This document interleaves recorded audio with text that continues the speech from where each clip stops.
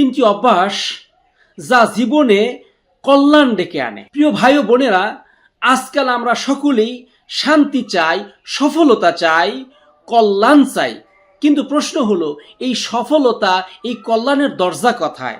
আজ আমি আপনাদের সামনে তিনটি অভ্যাস বলবো, যদি এগুলো জীবনে আসে তাহলে মানুষ ভেঙে পড়ে না, বরং আরো শক্ত হয়, তার জন্য কল্যাণের দরজা খুলে যায়। এক নাম্বার বিষয় হলো মহান আল্লাহ রাব্বুল আলামিনের ফয়সালায় সন্তুষ্ট থাকা।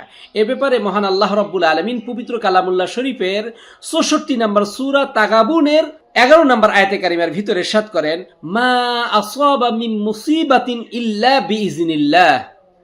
আল্লাহ রাব্বুল আলামিনের অনুমতি ছাড়া কোনো বিপদই আসে না। ওয়া মান ইউমিন বিল্লাহি ইয়াহদি কলবাহ।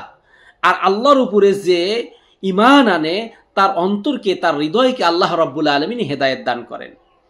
মানুষ যখন বলে যে আল্লাহ তুমি যা করেছো এটাই উত্তম, তখন মানুষের হৃদয় প্রশান্ত হয়, ঈমান বাড়ে, তার হৃদয়টা শান্তিতে থাকে। এ ব্যাপারে রাসূলুল্লাহ সাল্লাল্লাহু আলাইহি ওয়াসাল্লামের ফরমান হলো, ফামান রদিয়া ফালাহুর হৃদা। যে সন্তুষ্ট থাকে তার জন্য রয়েছে মহান আল্লাহ রাব্বুল আলামিনের সন্তুষ্টি। জামিউ তিরমিজি হাদিস নাম্বার 2396। প্রিয় ভাই ও বোনেরা, আপনাদেরকে বলতে চাই, আল্লাহ রাব্বুল আলামিনের ফয়সালায় সন্তুষ্ট মানুষ কখনো ভেঙে পড়ে না। 2 নাম্বার যে বিষয়টা আপনাদেরকে বলবো, বিপদে দোয়া করা। যখন বিপদে পড়ে মানুষ, তখন আল্লাহ রাব্বুল আলামিনের দরবারে রোনাজারি করা, কান্নাকাটি করা, দোয়া করা। প্রিয় ভাই ও বোনেরা, বিপদে পড়লে মানুষ কাকে ডাকে? যাকে সবচেয়ে বেশি ভরসা করে। এ ব্যাপারে মহান আল্লাহ রাব্বুল আলামিন পবিত্র কালামুল্লাহ শরীফের 60 নম্বর সূরা গফির অর্থাৎ মুমিনুনের 40 নম্বর আয়াতে কারিমার ভিতরে ইরশাদ করেন, উদউনি আস্তাজিব লাকুম। তোমরা আমাকে ডাকো, আমি সাড়া দিব। আল্লাহ রাব্বুল আলামিনের এই যে আদেশ যে আমরা ডাকলেই আল্লাহ সাড়া দেবে, কিন্তু আমরা তো আল্লাহকে ডাকা বাদ দিয়ে ওই মানুষটাকে ডাকি যেই মানুষটাকে আমি ভরসা করি। কিন্তু উচিত ছিল আল্লাহর দরবারে আপনি যদি ধর্ণা দিতেন, তাহলে ওই মানুষটা আপনার খিদমতে হাজির হতো। এ ব্যাপারে রাসূলুল্লাহ সাল্লাল্লাহু আলাইহি ওয়াসাল্লাম বলেন, আদ-দুআউ হুয়াল ইবাদাহ। দোয়াই হলো ইবাদত। জামিয়া তিরমিজি হাদিস নাম্বার 2669।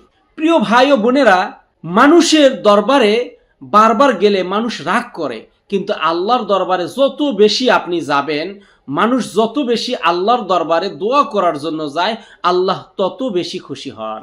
তাই তো আমি আপনাদেরকে বলি, বিপদে কান্নাকাটি করা দুর্বলতা নয়, এটা ঈমানের শক্তি।